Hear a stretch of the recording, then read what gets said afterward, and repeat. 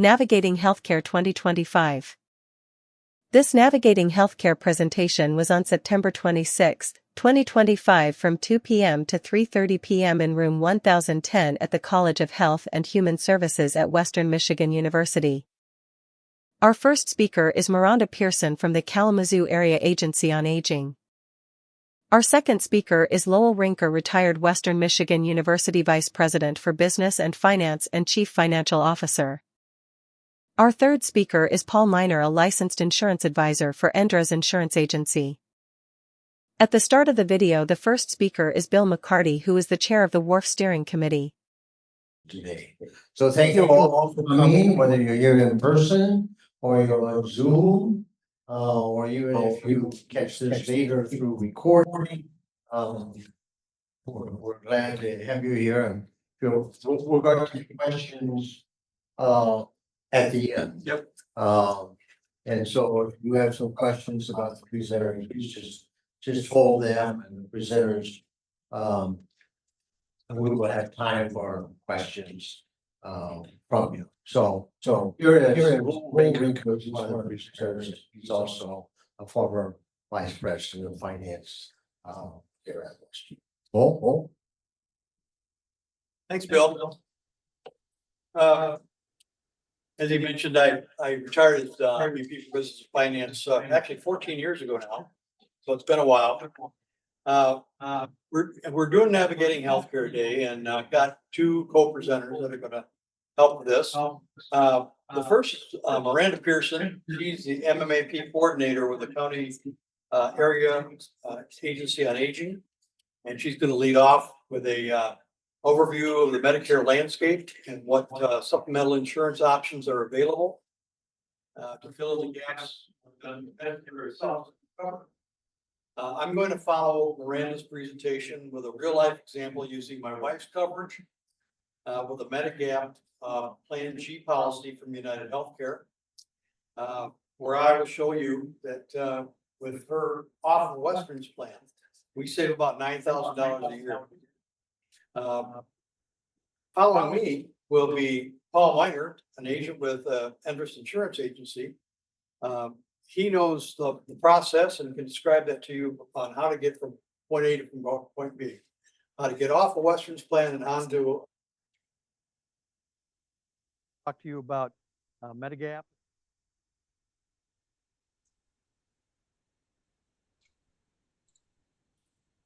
Yeah, we got hearing aids. You're gonna have to use the mic or something. No? Gotcha. Why don't you ask if the online people can hear you? Can you hear me now? Better? No? You louder. You want me to talk louder? Okay.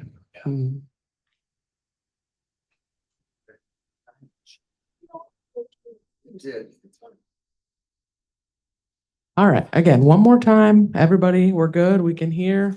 Bob, are the people at home? Can they hear? Good, hopefully. All right. Like Lowell said, my name is Miranda Pearson. I did recently get a job description change. So I am actually the MI Options Program Supervisor now.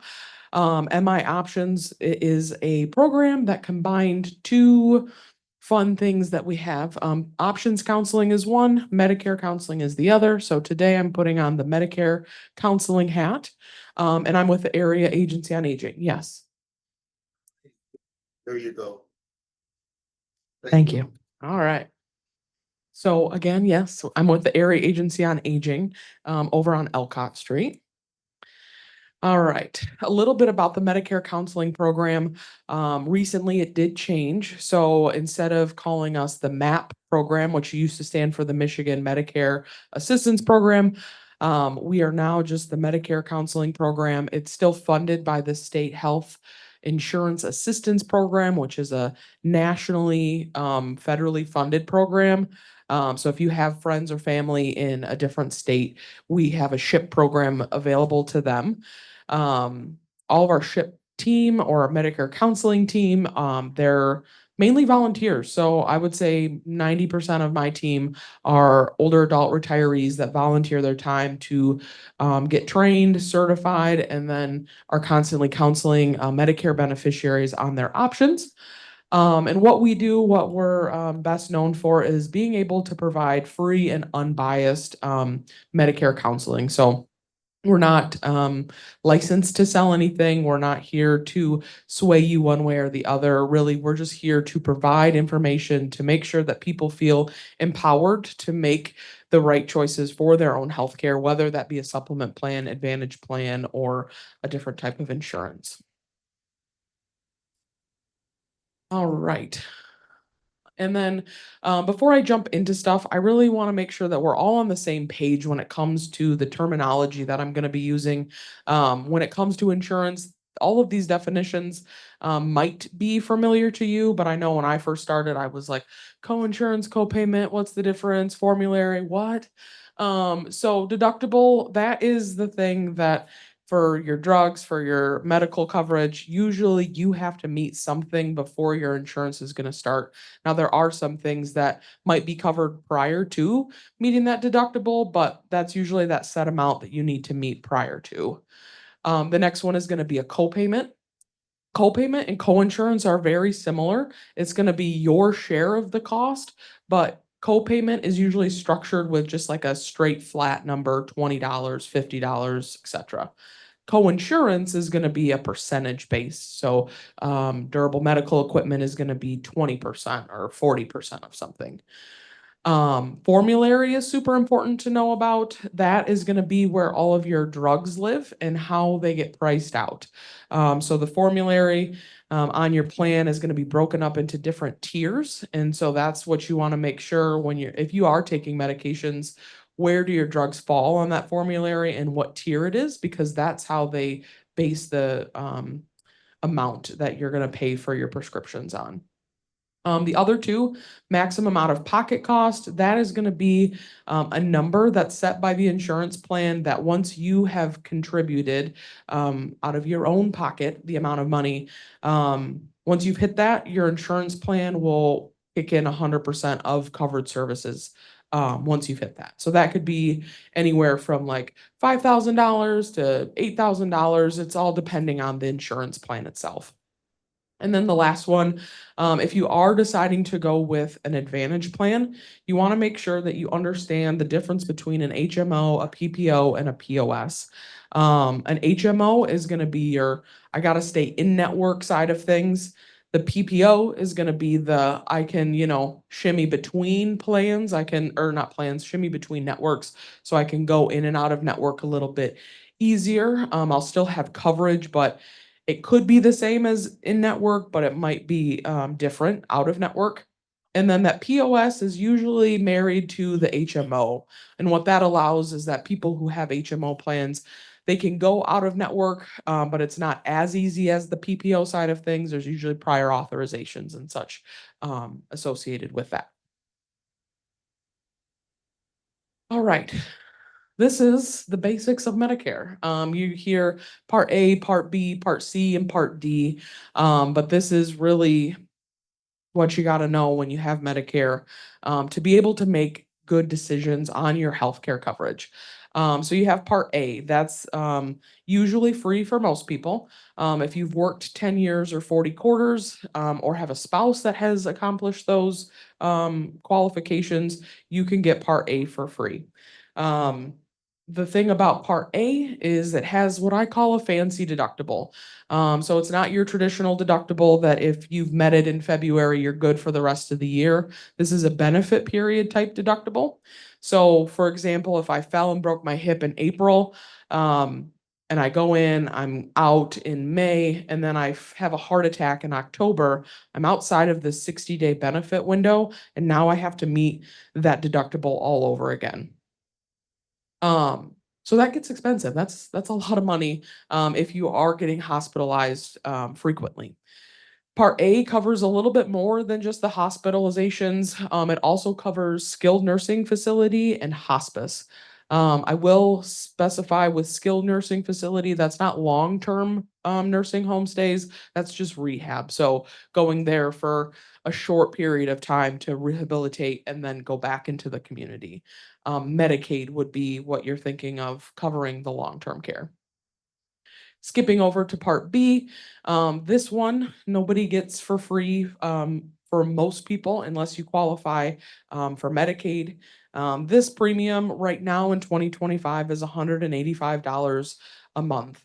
There is a little asterisk next to it because if you saved your money well and did a good job in your I don't know, the way in the work world, if you did a good job and made more money, you actually get rewarded by paying more in your Part B premiums. So if you make as a single filer, if you make more than I think it's 106,000 and some change, you will be paying more than that 185. But for most everybody, it's 185. Stay tuned for 2026. I hear it's over $200 next year. You also have a deductible for Part B, but this deductible is normal. Once you've met it, you're good to go for the rest of the year.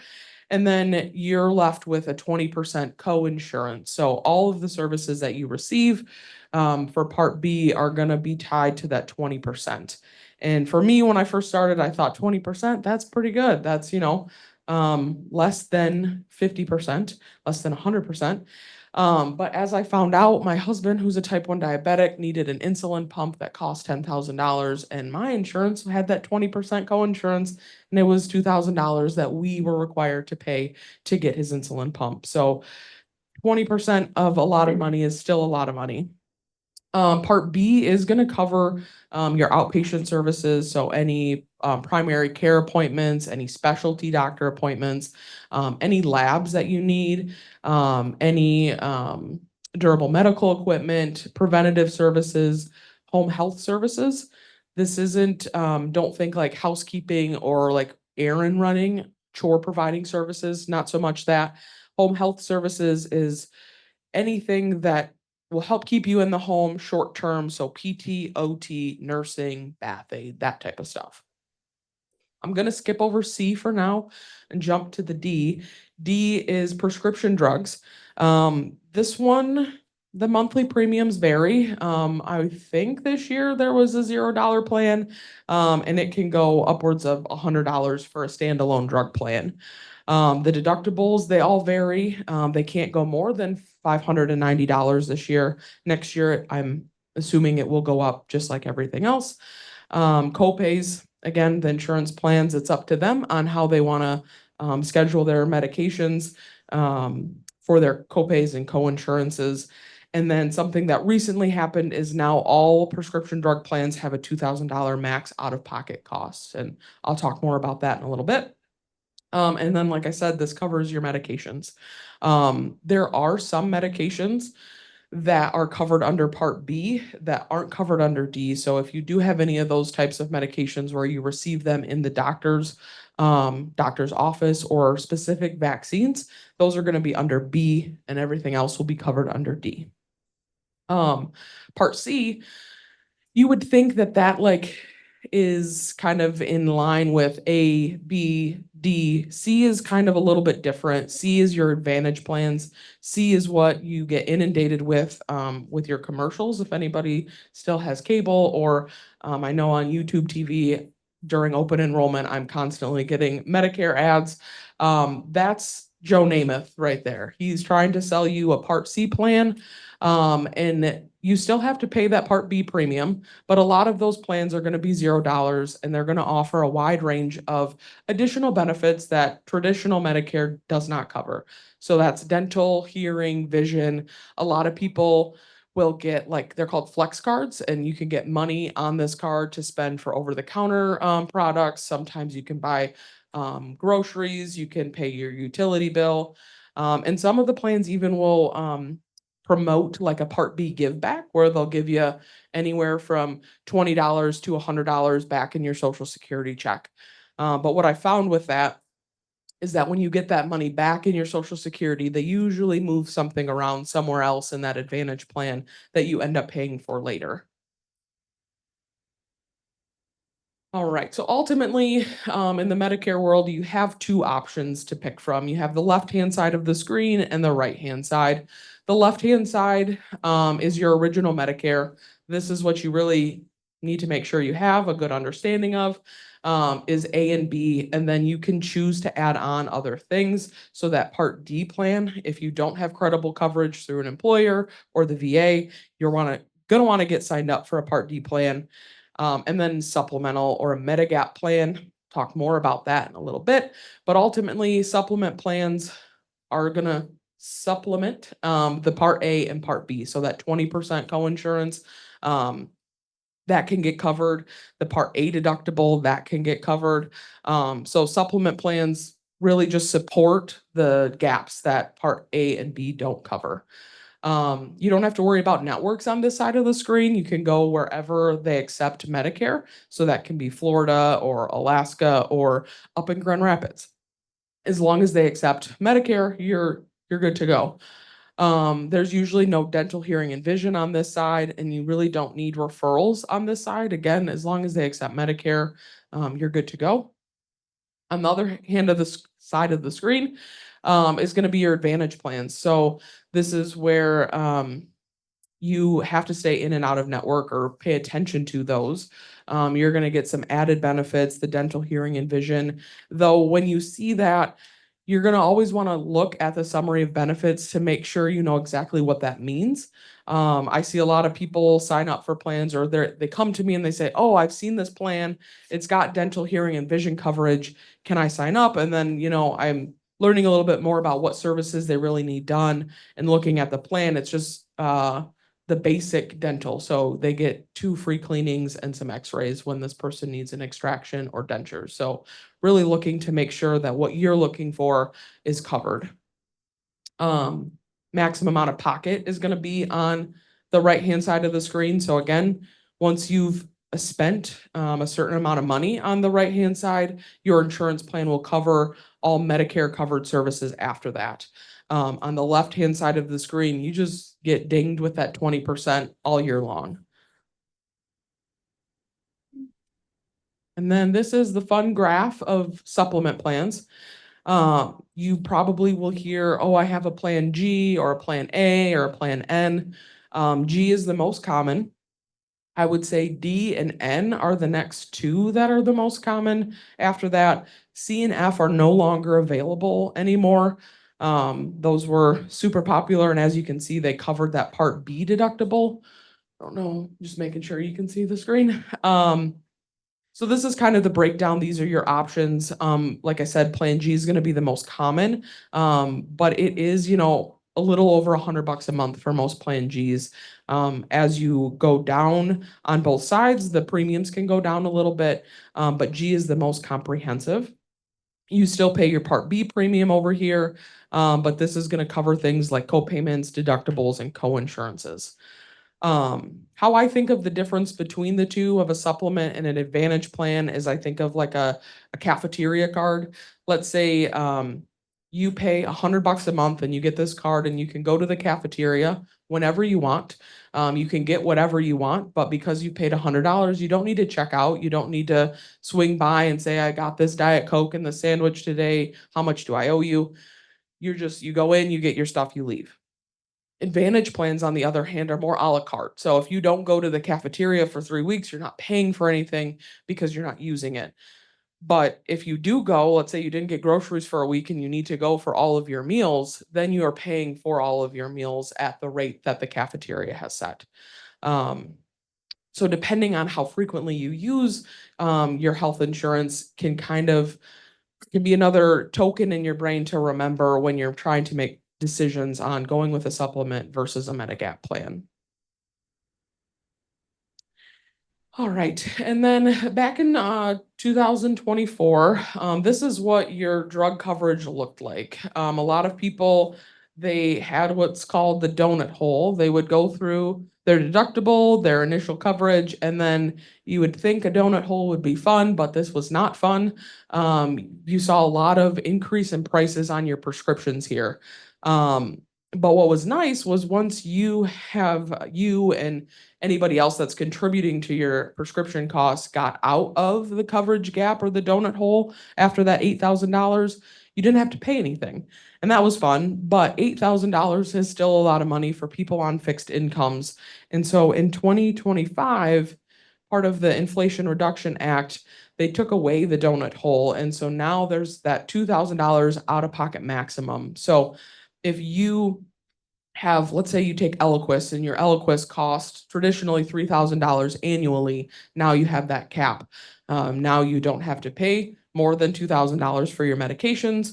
And yeah, it stopped there. So you don't have to pay anything more for that. A program that is really nice if you are somebody who has high prescription cost, is there's a monthly payment plan that your insurance companies can get set up so that you can break that $2,000 up into better chunks instead of like my husband with his insulin. Usually January, we would meet our deductible because we would spend all of it on his insulin in January, but having that money up front in January was tough. And with this new system, you can break it up into, January paying X amount, February, and so on. So that was a good benefit to see when it comes to your prescription drugs.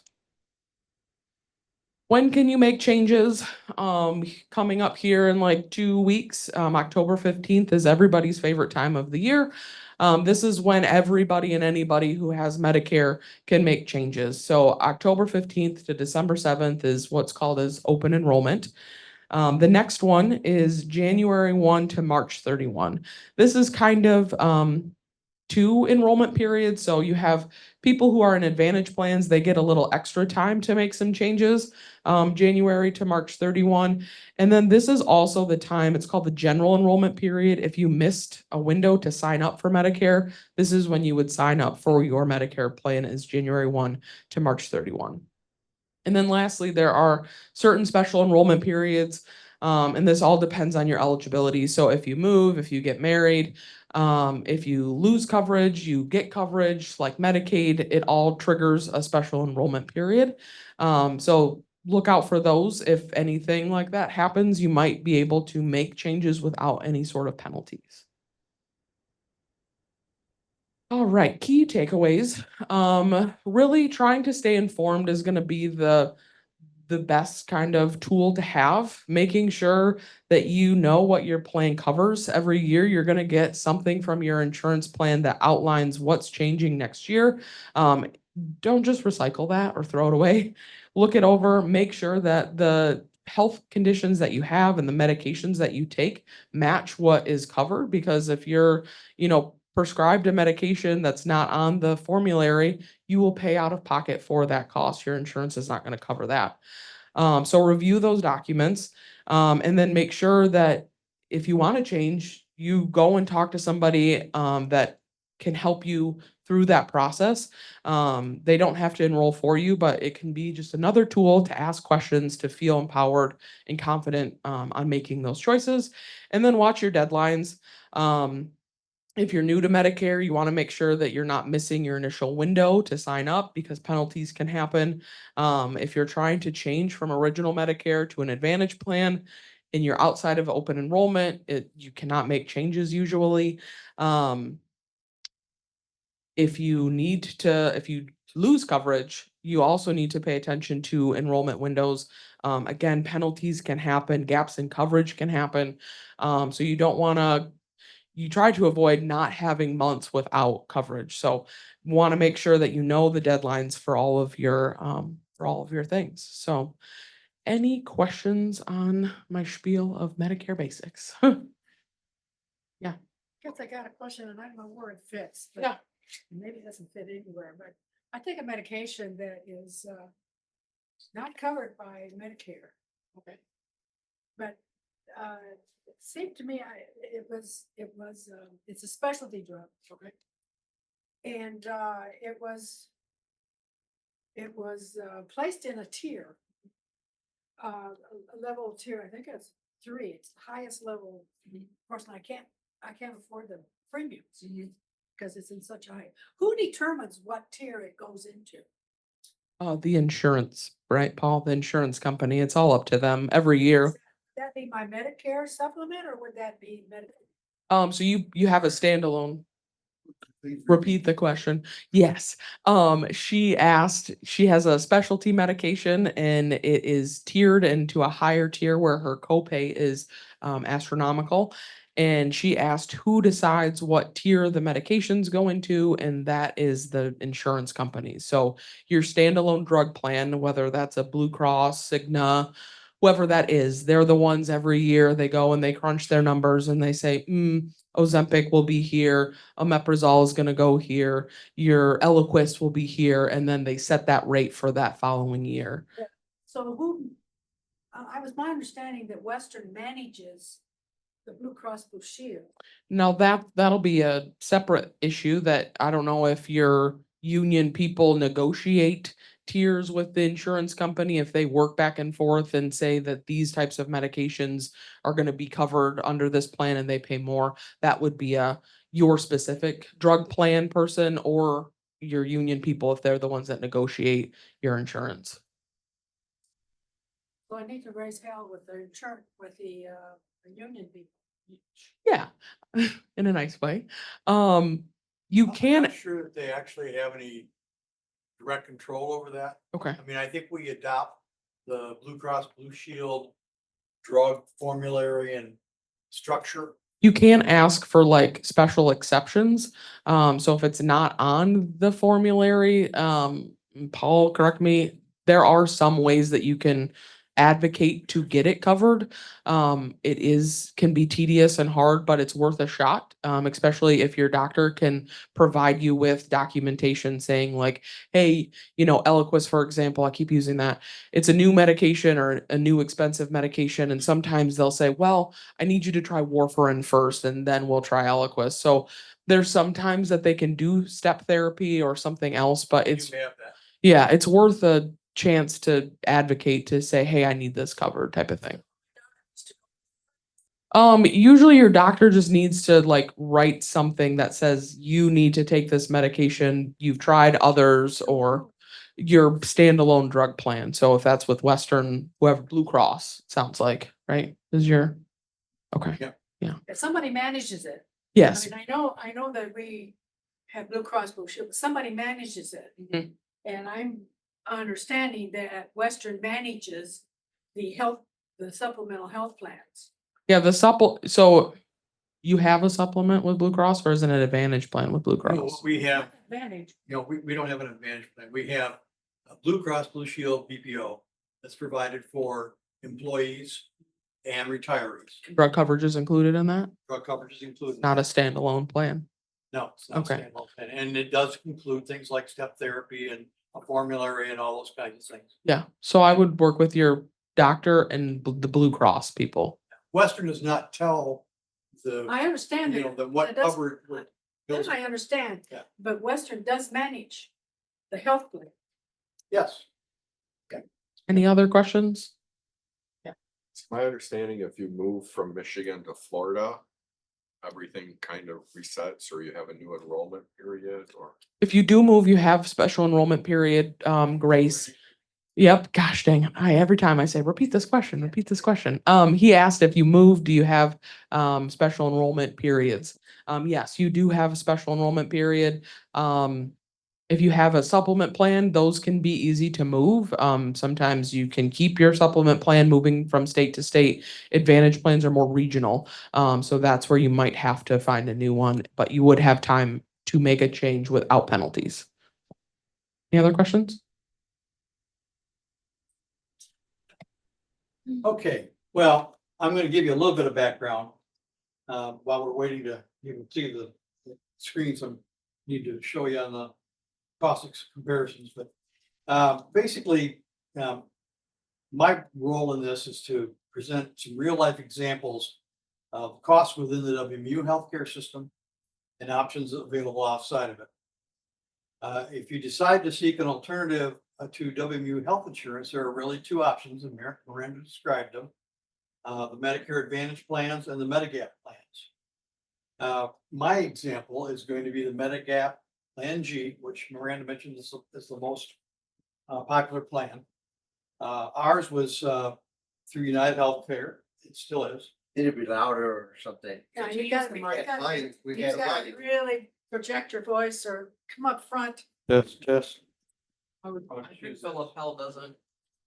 get away from. Okay. So we use the Medigap Plan G. And in many of the insurance companies, when you sign up for one of these Medigap plans, many of them offer front-loaded discounts that disappear as you age. So for Kathy, my wife, we had I believe it was like a 39% front-end discount. And then each year as she aged, premiums would automatically go up 3% because that discount would gradually fall off until she gets to be 80. And then we would pay basically what the full rated premium was.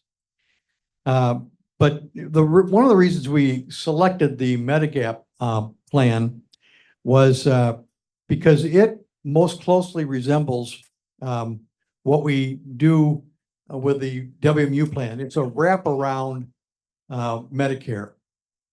And so basically Medicare is primary and your Medigap plan comes back in and covers the deductibles, the 20% and all that kind of stuff to give you full coverage.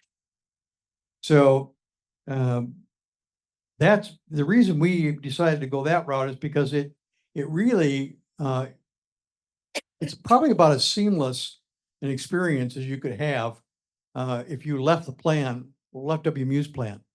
It operates very much like WMU's plan does, and your experience will be very similar. I'm not a big fan of the Medicare Advantage plans because basically what you do is you end up selling your Medicare plan to the insurance company. Now, it can work out great, and especially if you're a light user of the plan, it could work out really well.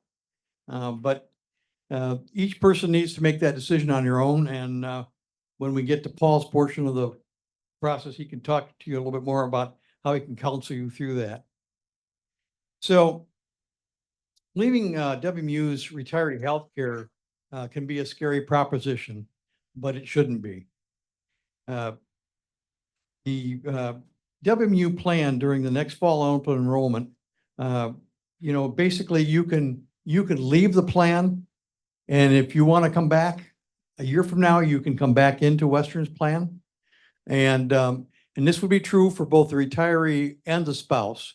And what I'm going to show you through the charts here is basically right now it doesn't make a lot of sense for retirees to consider a change. Give you a little help in reading this chart I've got up there on the screen. The basic yellow highlighted amounts, if you look at the WMU plan premium, the Medicare premium, and then the total, you see right now it's about $6,272 if you're a user of the plan. In other words, you use up your out-of-pocket max and you pay off your annual deductible, you will pay out about $6,272. On the other side of that, you'll see that 5753 number. What that basically is the United Healthcare Medigap Plan G. That's what Kathy actually pays on her premium. Again, plus her $22.20 for Medicare. You move that across the line and basically you come down to 5753. Well, so there are a little bit of savings, but I wouldn't leave the Western's plan for $500. Now, there's a few things like annual physical exam and therapeutic massage therapy that are covered under Western's plan that are not covered under the Medicare Medigap plans. So, right now, what I would recommend to people is if you're a retiree for your coverage, I would stay in the Western's plan. There's a chance down the road when as things change, rates and go up and and out-of-pocket maxes go up and, you know the drill.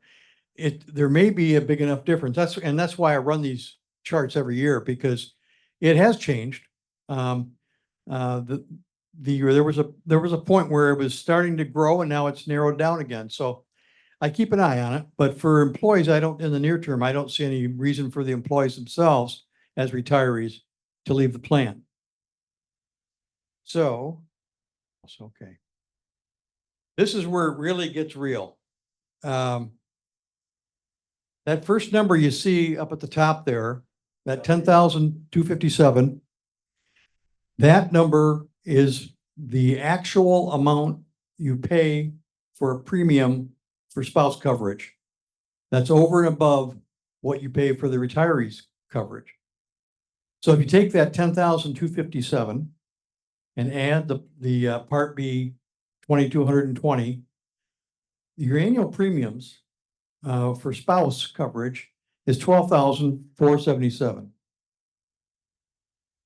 And then as you also look down, you'll see annual deductible and out-of-pocket max. There's another couple $1,000 if you're an active user of the plan that you will pay out. So your exposure there on out-of-pocket max, deductible, and premium, if your spouse is covered on the plan, is about $14,400 a year, as opposed to Plan G. And remember, this is Kathy's rate, and she's 7 years into the program now, so she's already lost a number of, she's already lost 21% of her front end discount. So what rate you would get quoted at as a 65-year-old newly minted Medicare eligible retiree, that rate would probably be lower than what I'm showing you here, because she's already used up part of her discounts. But the bottom line is the Medicare or the Medigap G rate of premium plus the Medicare premium, and then add in the annual deductible you have to pay, adds up to $5,753. That difference is about $9,000, and it's every year. So personally, our experience has been the coverage has been excellent. We've had no issues with getting things paid or covered or anything like that. And $9,000 is a lot of money to. What you're doing is subsidizing the WMU. Retire झाल्यानंतर तुझ्या तुला जो 14,000 insurance health I don't know insurance restaurant सुद्धा ठेवलं तर should do that. So जवळपास 5,000च्या खालीच I try to convince them that you got to take a look at this. It's a decision you all have to make. Presentation सुरू आहे Covered under Western's plan. And they're 65 years old, Medicare eligible. You need to take a hard look at this. पाऊस I've missed anything here.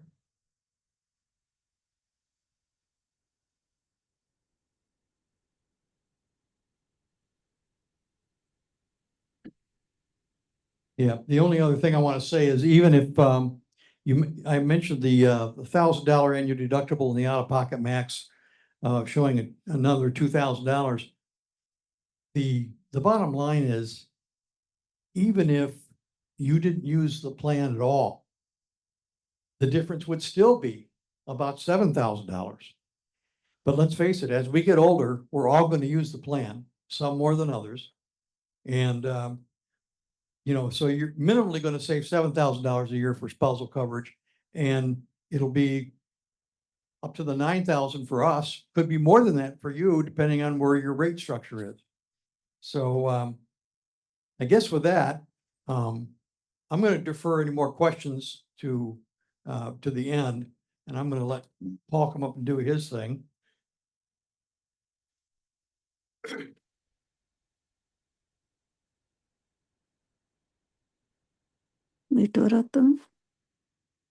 ते नुसतं ऑडिओच आहे त्यांचं.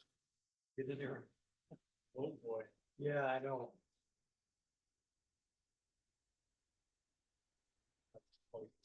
Sure.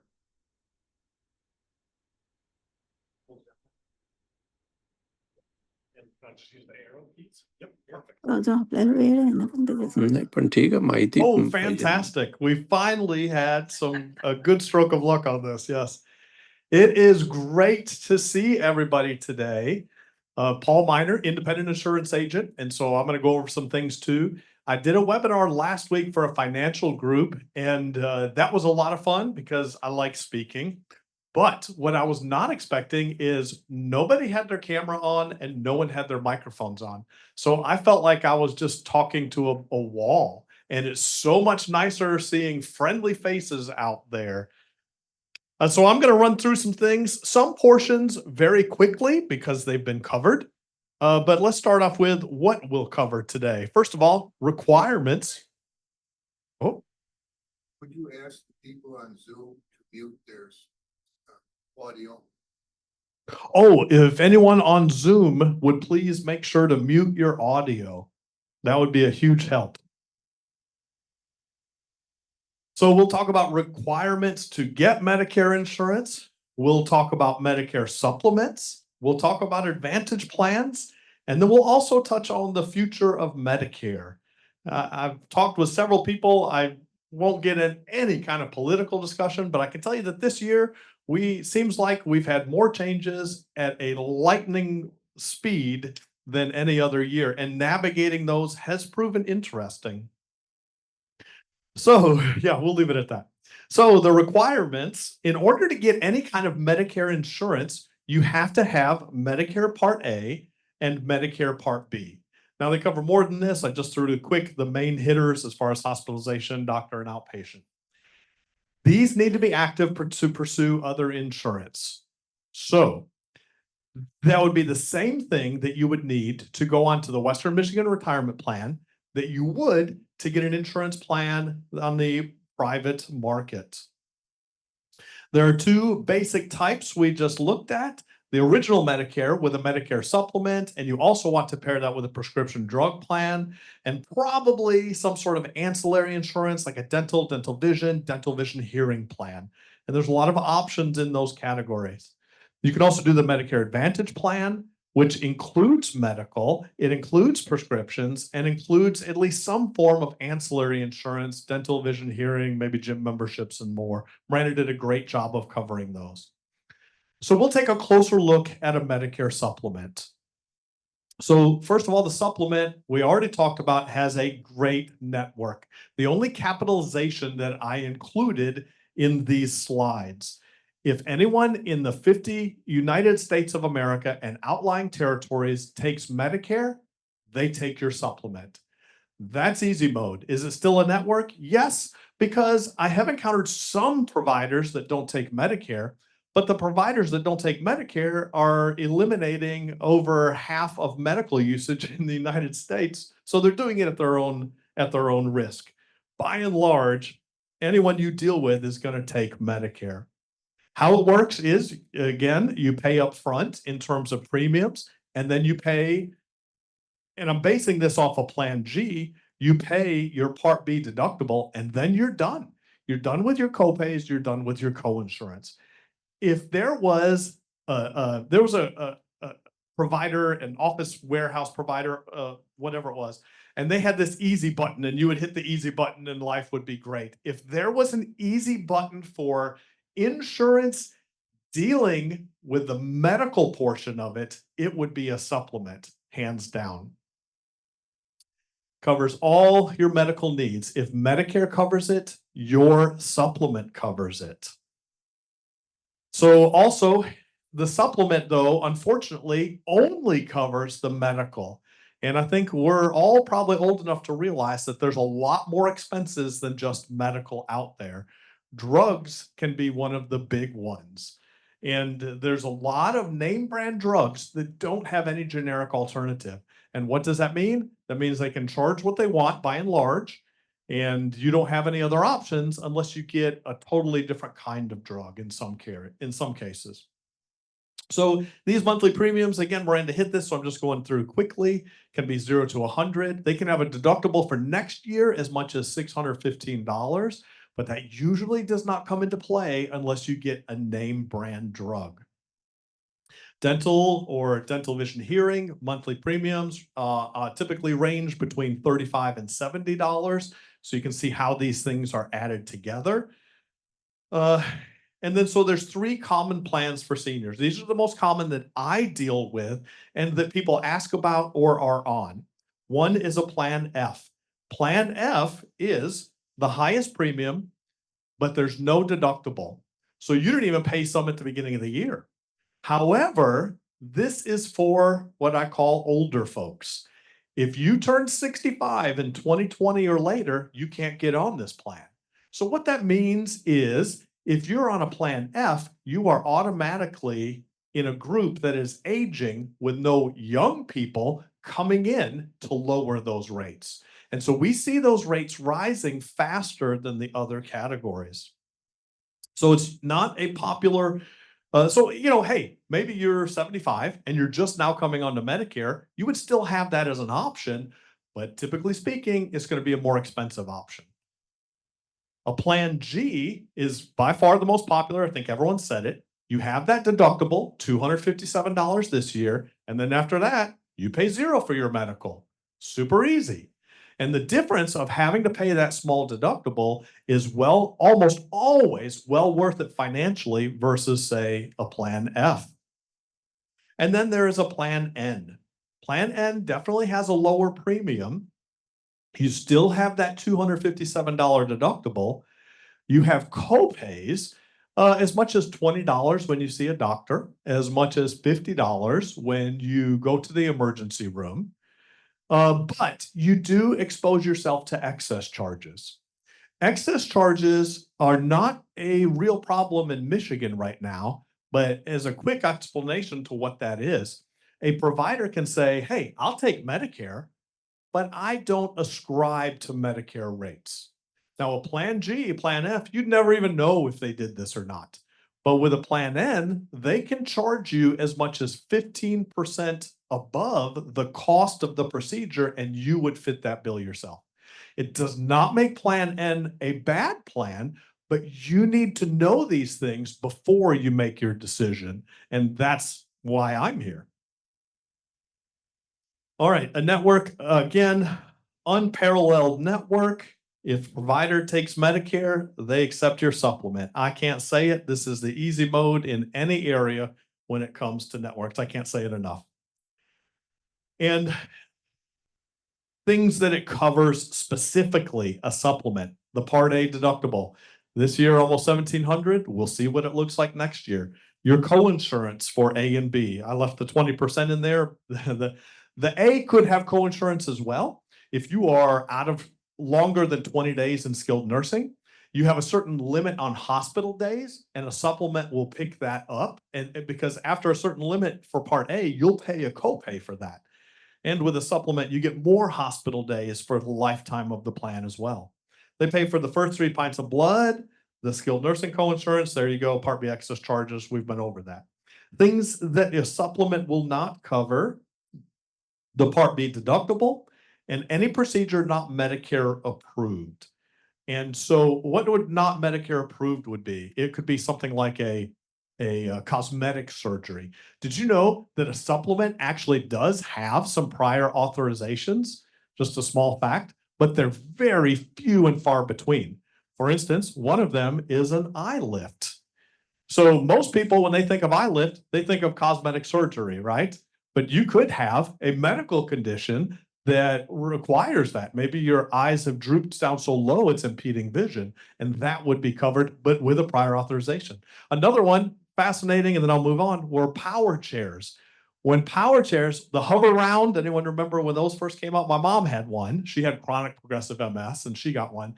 And you'd see these TV ads, hey, you need a power chair, Medicare will cover it. And they spent so much money on power chairs because you didn't need a reason. You just had to have a doctor say you need one, and Medicare covers it. So anyway, just a couple of things, but very few. Okay, so again, there's our summary. We've already looked at that. You pay your premiums, you pay your deductible, and then you're all set. That's easy. Signing up, here we go. This is going to be a big deal. This is going to affect a lot of folks. First of all, you have this open enrollment period. There are two things as far as factors that contribute to the open enrollment period. The open enrollment period is by far the best and easiest way to get signed up. During open enrollment, they will ask you 0 medical questions. It makes no difference. They like you, they give you preferred rates, and they say, yes, you come on in. You could be the sickest person in the world. You could have 12 upcoming surgeries and be on dialysis or whatever. It doesn't matter. You're in open enrollment. They say, come in, preferred rates. So when does that happen? It happens when 2 things occur. You sign up for Part B for the first time. You can't drop it, get it back later and say, hey, I signed up for Part B, you know? So you sign up for Part B for the first time and you turn 65. Both have to be there.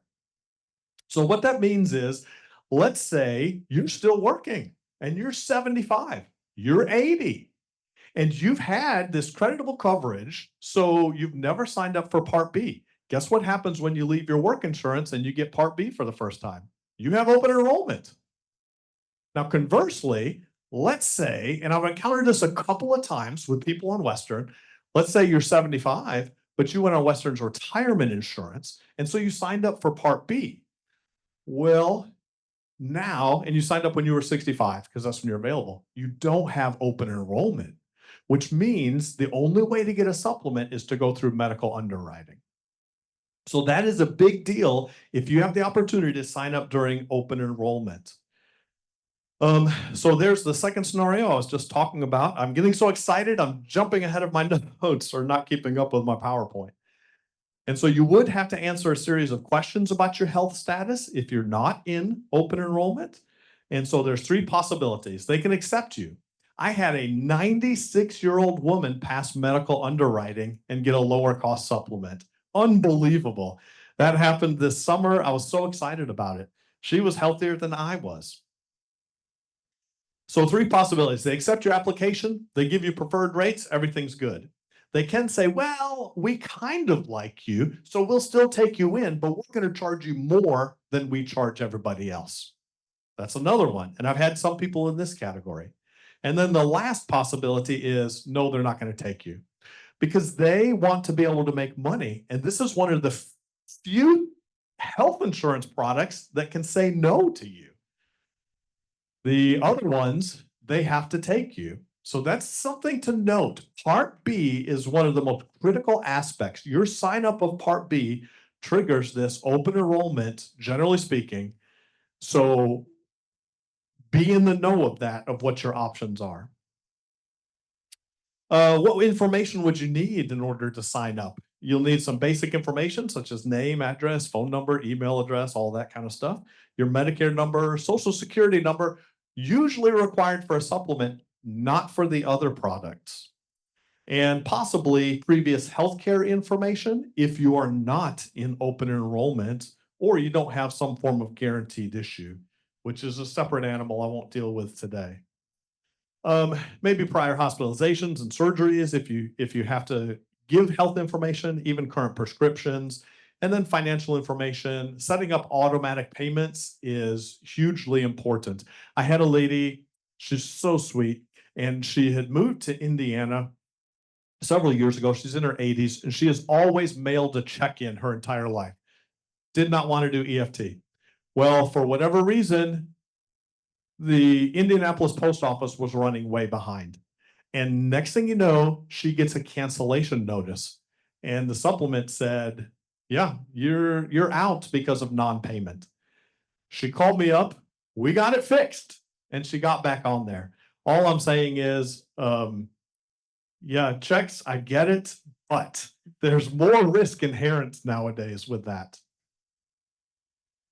Okay, and then for other insurance, signing up, you can prescription drug plan, dental, vision, hearing, whatever. Those will be a similar format, but less information than a supplement. And those are ones where you just have to get the timing right to get on those. They're not going to ask you these medical questions.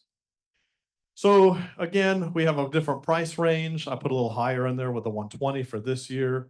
You can change a prescription drug plan every year. And this is the thing that makes it so important. And it's the drugs that take a lot of work because you don't want to get caught. What if someone changes their formulary? What if Western Michigan changes their formulary? Yeah, you want to know ahead of time so you can explore other options. And it's the same thing here. But being able to pick from several things, and usually you don't. It's not like you're switching every year. That's not it at all. But I keep up with that stuff. I've got a queue. I still have to wait till October 1st because even though I know many of the plan information, I don't know all of them yet because of all these changes. The carriers are waiting till the last minute to submit all their stuff. And guess what? All my current clients, I'm checking through their stuff and I'm just making sure they're not going to get caught off guard. That's it. But you can change every year with no medical underwriting. So if your situation changes, hey, we can change a prescription drug plan. Best to select one based on your current prescriptions. There's no way of really saying, okay, this plan is the absolute best because I'm paying the most. It's not quite how that works. Do you know, I have 2 clients that are on $100,000 a year drugs. And yes, can you imagine paying for that? There you go. The tier 5 specialty drugs we were talking about earlier, they're on those. However, in Medicare, as long as it's on the formulary, then you have that $2,000 max this year, $2,100 next year. So both of those clients chose just to pay the $2,000 in January and be done with all of their drug costs for the rest of the year. If you sign up with the Medicare prescription payment plan, you can spread that out over 12 months. And so you're basically paying $2,000 divided by 12. So $167 a month, whatever you want, but at least there's a limit. And you know what? Both of those people are on $0 a month plans. So if you know you're going to hit the cap and it's on the formulary, there's no need to spend $120 a month on a prescription drug plan. And those are the kind of things we evaluate when we meet. All right, dental insurance. A lot of times you can get one associated with your plan, but there are other choices as well. I will say this, in terms of networks, dental plans have been devastated. Dentists are in control. And so there's many dentists that are dropping out of plans. And so you get an out-of-network reimbursement, which still can be very helpful, but it's not nearly as helpful as in-network. And so different types of coverages with that, but it can be a valuable thing. Again, another amazing thing. We live in a wacky time, don't we? If you went and you got a hip replacement and it costs $80,000, you're in and out in one day. And you're on a supplement, maybe you've met your deductible, all you're paying for is your monthly premium. Boom, it's done. You get one crown repair or new crown, and you could be spending $1,800. That's crazy. That's more than a year's worth of premium on your supplement. But that's kind of the world we live in. Yeah. Yes. And it worked very similarly. You'd pay more for the crown than it. Yes. I tell you. And then they have things like vision, often grouped with other things. You can get free. And when we say vision insurance, bear in mind, vision insurance is the idea of routine vision. So your eye exam and money for glasses. Some people will be like, oh, well, I don't have vision insurance, so I can't get my cataract surgery. Cataract surgery is surgery. So that's medical, falls under the medical. Okay, moving right along. Hearing, a lot of times you can get some hearing coverage. Time frame. Let's take a look at this. When you're leaving group insurance, whenever you leave, with a lot of Western folks, it seems like your year ends in September. Like even if you bow out of teaching in the spring, at least that's what I've seen with a lot of people, they still carry their insurance through September. Does that sound about right? Or maybe it's September 1st that it stops or something. So, but whenever you decide to leave and you drop Western's insurance, that is a special election period and you can get something else. So you can do this at any time whenever you leave. Insurance does go by the month though, which means that if you want to sign up today, it can't start tomorrow. It can start October 1st or December 1st or January 1st, because you can do it as much as 3 months in advance there. So bear that in mind. Also switching supplements, you can actually change the supplement at any time. But again, remember, insurance goes by the month, will probably require medical underwriting. The switching prescription drug plans, you can only do between October 15 and December 7, unless you have some special circumstance, like a move, for example. You move to Florida, your drug plan won't work down there, or at least you can't keep it while you're down there. And so you would have a special election to switch it. But otherwise, this is the normal time to switch plans. And then it would begin on January 1st. It's never too early to start planning. Did you know, I met with a person this summer that was planning on retiring 2 years from now. Now, I'll agree, they're on a little, they're on quite the end of planning, but they just wanted to have some idea of how to prepare later on. But a lot of times I will meet with people even 6 months beforehand because they just want to know, like, I want this transition to go so smoothly. I want to see exactly what I'm looking at. Sounds great. I never mind talking. You can probably tell from today. There are dozens of different companies that offer supplements, although I usually go with just a key handful because there's all these choices. There's 20 different drug plans in Kalamazoo County. There used to be more. There are many decisions to make. Give yourself time to process with all of this information. And remember, I do the research for you. We have these tools now that help us to collect information so easily. And then I check everything that's available. And then I can report back specific things that meet your needs. And that is what I love about my job. We'll run through Advantage plans very quickly. I call these the all-in-one plans. They have strong networks, and they do have very strong networks. Your group plan has a very strong network, right? You've got an employer group plan, not a group advantage plan. Yep. And that's one of the things that sets it apart, right?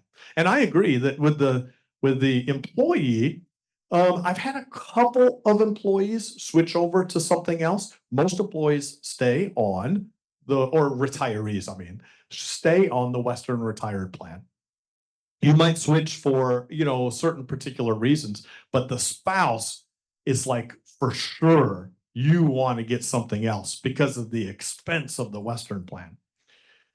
Anyway, Advantage plans, zero premium for many plans, but then you pay copays when you use it. And you do have coverage in all 50 states. Many of them include prescription drug plan this year with $0 deductible in many plans. Although I'll make a prediction that next year we probably won't see $0 drug deductibles. Dental, vision, hearing, OTC, et cetera, like that. And so I kind of dubbed that the all-in-one plan. Anyway, this talks about the network a little bit. No big deal there. We'll move on. Several ways that they can cover it. You have some things that have very low copays, and then some things that would be a little bit higher copays, like hospitalization. Might be as much as $350 to even $480 or something like that for a day of hospitalization. Okay, they also cover Medicare approved services, but they will cover it in a different way, obviously. And they include many of these ancillary benefits, is what I would call it, or ancillary coverage. And so they at least touch in many areas. So, yes, there's Silver Sneakers, there's Renew Active, there's One Pass, yes, everyone has different names for it, but they're all very similar, yes. Time frame is the same. When you're leaving group insurance, you have an enrollment period, so you can do that at any time. But again, there's no underwriting on an Advantage plan or prescription drug plan, and insurance goes by the month. So you can't sign up. If you sign up mid-month, it won't take effect until the next month at the earliest. And you have that 3-month time frame. And I love when people are able to, and we all have different ideas of what planning ahead is. I told you the one guy I had came 2 years before he was going to retire. That's pretty extreme. But I also had someone come 3 days before the end of the month to sign up for next month, which is fine. But then she was bragging about how she doesn't wait till the last minute like other people do. And I thought, our definition of last minute is not the same. Oh. All right. So time frame, if you're on a currently on an Advantage plan, yes, you have that October 15th to December 7th to switch for a January start. And that's the most common time. And you also have that January through March to switch if you want to make one change to Advantage plan. Never too early to start planning. Again, you have dozens of different Advantage plans by a dozen different companies in Kalamazoo, many decisions to make. Give yourself the time to process all the information and make the decisions. And remember, Paul will do the research for you. The future of Medicare. Here we go. This is a big one. What is going to happen? Oh, my stars. I've been reading all summer about the changes to Medicare, and I do under 65 insurance as well. And so that's major things going on there too. And I will say, let me start with this. Medicare is in the mandatory spending category, which means the government will spend money on Medicare no matter what. It is funded. There are many things that have to be reappropriated every year. Medicare is not one of those. Now, that's not the end all, because we've all been reading the same things. The Part A trust fund, 2033 could run out, used to be 2035. I think I even saw a site in there that said it could be 2031. I don't know. However it is. Whenever it runs out, the best thing I could see as far as predictions go is that Medicare would be able to pay 89% of its cost based on the revenues coming in. That's if they don't do anything by 2033, let's just say. We'll use that date. Now, one of the nice things is 89% is better than zero. 89% is better than going away. It's not as good as 100%. Will Congress find a solution before then? I have high hopes that they will. They like to wait to the last, and again, I'm not being political. They just wait to the last minute. They want to blame each other and then take credit for when it happens. And that's just the way life is. So, however, I will say this. Bear in mind that the retirement plan is also dependent upon Part A and Part B.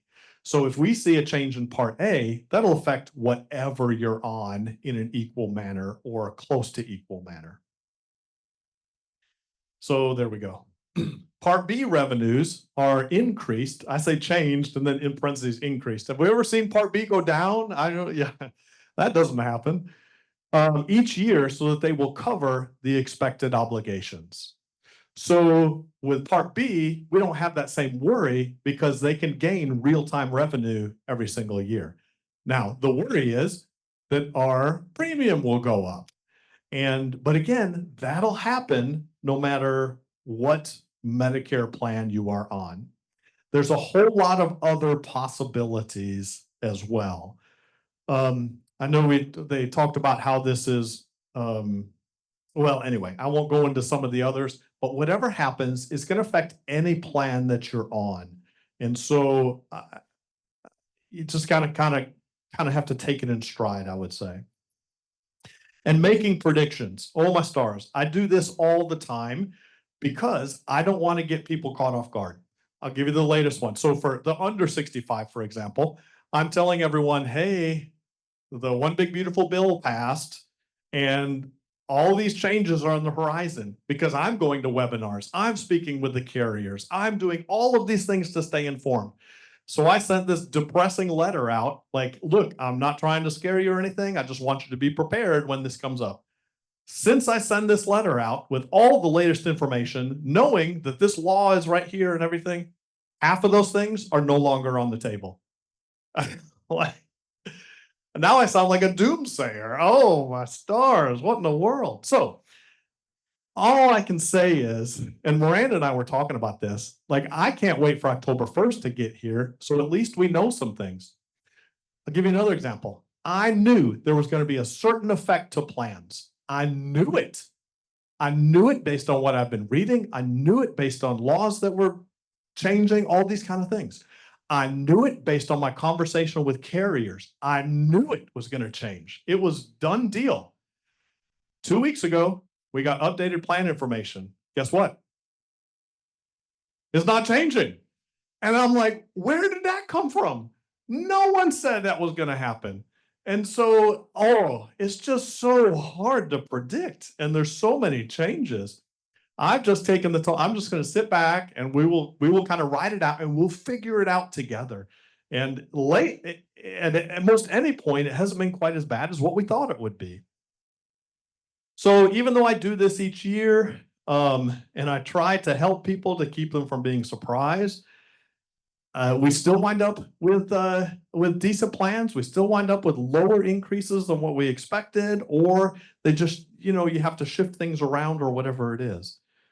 But every year, these super clear predictions don't come true. As much as I think I've got it this time. And I'm not saying we should just keep our eyes closed, but I'm saying that there's a lot of things that change and they can turn our predictions upside down. So I think we're going to be all right and we will monitor it. And that's what I do as well. So after saying that, I'll give you one prediction. How's that sound? Part B. This is what you read online. Will it go this way? I don't know. Everyone's quoting these numbers. CMS has not published it yet. Could Part B go to $206.50? It may. Could the deductible go from $257 to $288? It may. This is what they're saying. We'll find out what exactly happens. I'd like to wrap things up also by saying, why use an agent? Why use someone like me? Because you want to wear your ears out. So you come to me. First of all, no cost to you. And you get what you pay for, which is great. It's supposed to be a joke, but anyway. A lot of you are like, yeah, Paul, yeah, that's exactly right. But here's one of the big things. It's one thing to be free. It's another thing. Like, what if I was offering different plans that weren't as good? What if I was offering the same plan at a higher price? Then you're like, okay, well, yeah, maybe that's not, but it's the same plan. It's the same price. And what do I bring to the table? Options from numerous carriers. If you deal with one carrier specifically, there's nothing wrong with that carrier at all, but the one carrier is going to only offer you options from that one carrier. Yeah. And whereas I deal with a bunch of different carriers and also expertise in working through problems in, how about this one? Knowing what question to ask. There's so much information we have at our fingertips, and yet it's hard to know exactly what we're looking for because it could be something we had no idea we should be looking for. Or what if you encounter a difficulty with a carrier and you need some help navigating that? I love that kind of stuff. And remember, I do the homework for you. That's a big deal. I already talked about all my current clients. I check on their stuff every single year. Yeah, it takes some time. And yes, especially the beginning of October now. I used to get plan information in early September, and I could do all my homework before. Now it's all piled up October 1st. But you know what? I value the people that I work with, and I don't want anyone to get caught off guard. So maybe a better question is, why wouldn't you use an agent? And then just bear in mind, I've given some highlights here. If you want to examine your own unique situation, I'm always willing to talk. And so there's a picture of me, phone number, email address. You have it on the handout. I had some business cards there. And then I've also got this cute little dinosaur in the center of this QR code. That's one way to get me information. It sends you to a survey that will allow me to figure out like what prescription drugs you're on, what pharmacy you have, what providers you want, just all these kind of things, or what zip code or county you're in, which determines rates for supplements. And so if you have any questions or anything, absolutely feel free to get up with me at any time. Or if you have a question right now, I think we're taking questions now.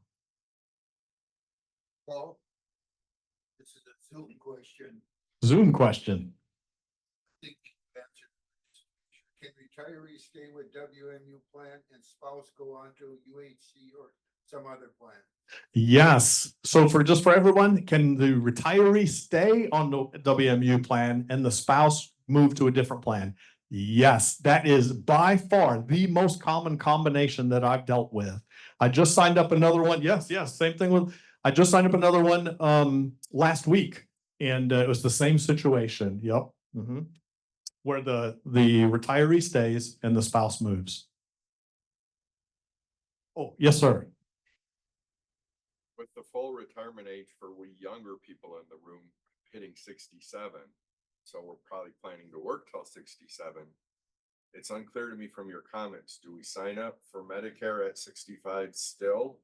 So that we can get through the non-underwriting kind of thing, or how does that piece work? Yes, that's a great question. So let me clear that up and make sure.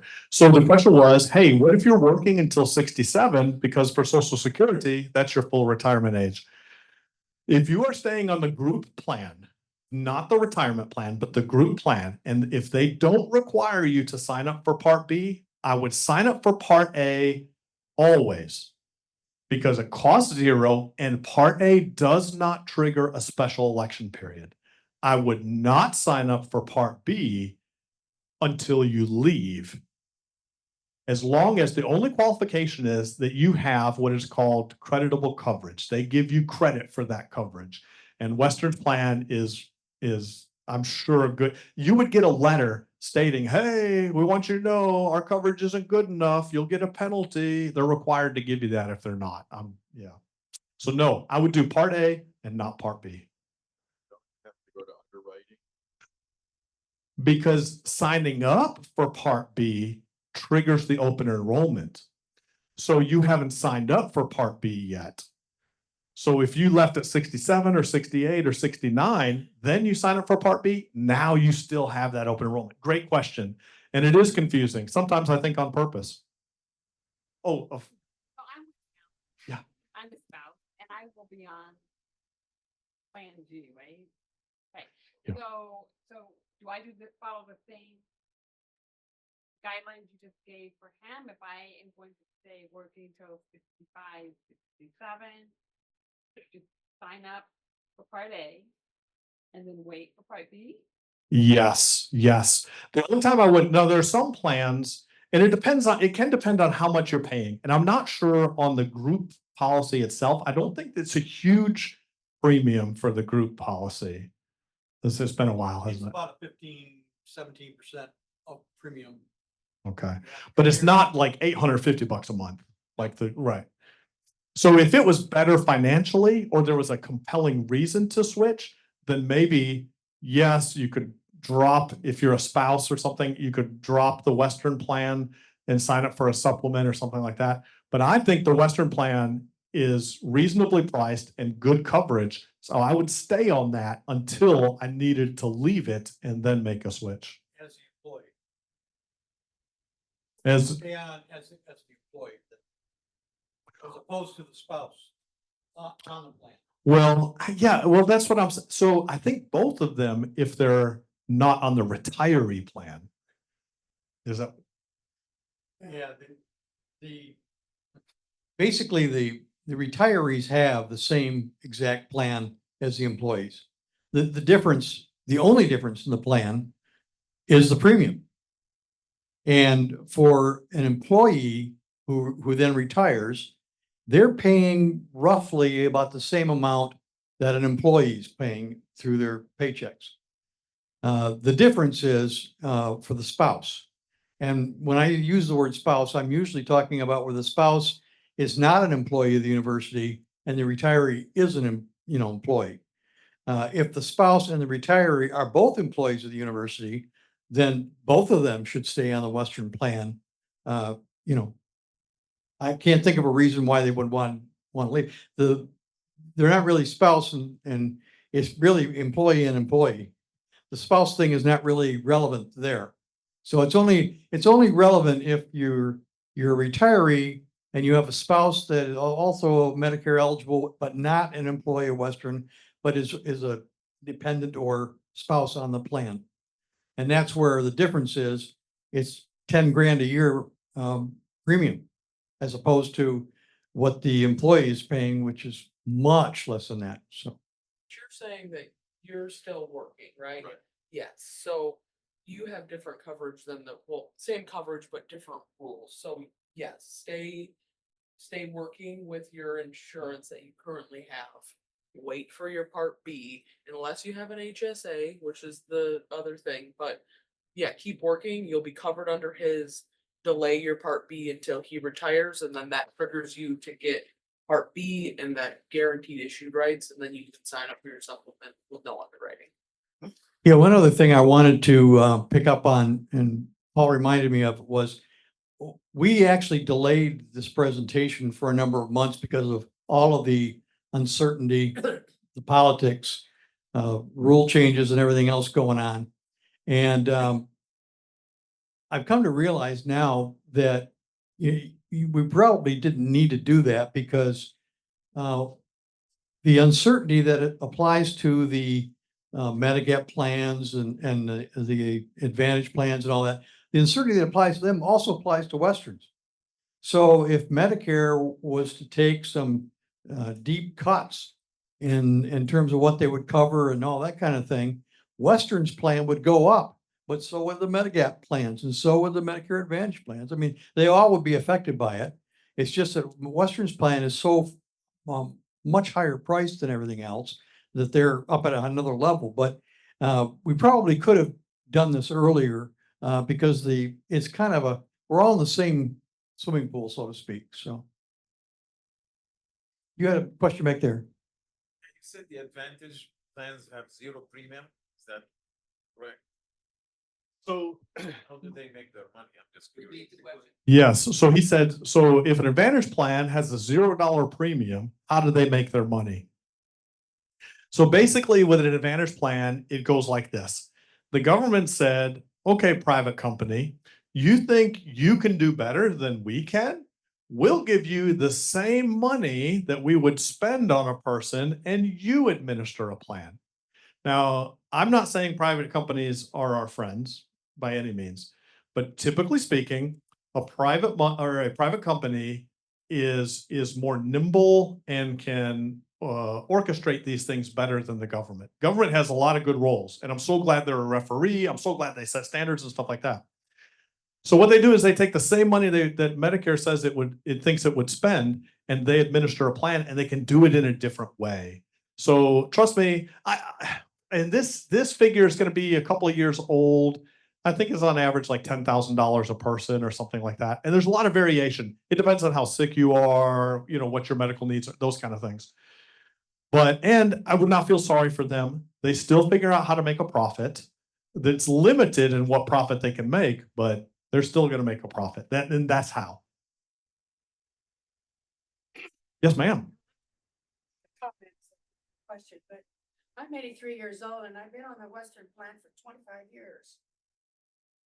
And I've been pretty satisfied with it. And I always think that the premiums are higher and the coverage is lower. That's the feeling I'm getting. And I'm feeling that particularly in their drug area. And I may come and talk to you about the drugs because it's the drug coverage that concerns me most because I've had knee replacements. I've had all kinds of stuff. Yeah. And it's been covered pretty reasonably, and I haven't had any complaints about it. And my doctor tells me, don't change your insurance. Yeah.